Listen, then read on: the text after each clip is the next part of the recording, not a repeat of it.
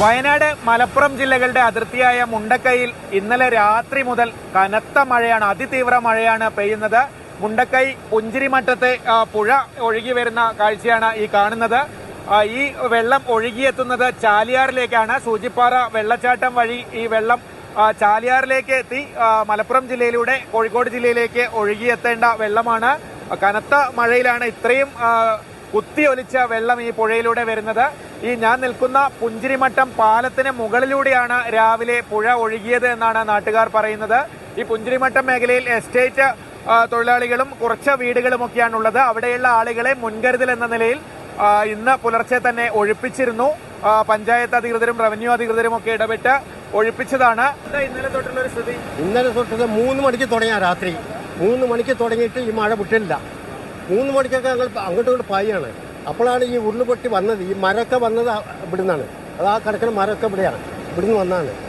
മാറി താമസിച്ച് സ്കൂളിൽ പോകാൻ പറഞ്ഞിട്ടുണ്ട്. അപ്പോൾ അവിടെ പോകണം.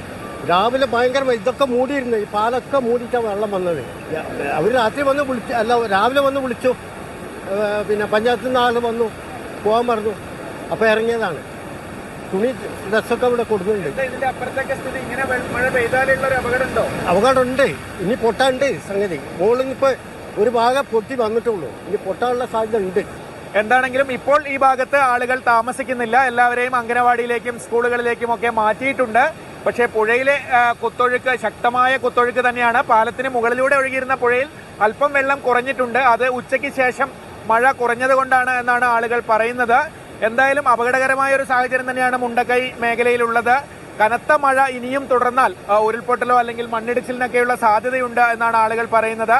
2019 പുത്തുമല ദുരന്തത്തിന് ശേഷം 2020 മഴക്കാലത്താണ് വലിയ രീതിയിൽ ഈ സ്ഥലത്ത് പുഞ്ചിരിമറ്റത്ത് ഉരുൾപൊട്ടലുണ്ടായത്. അന്ന് പക്ഷേ ജില്ലാ ഭരണകൂടം മുൻകരുതൽ എന്ന നിലയിൽ ആളുകളെ മുഴുവൻ മാറ്റിയിരുന്നു.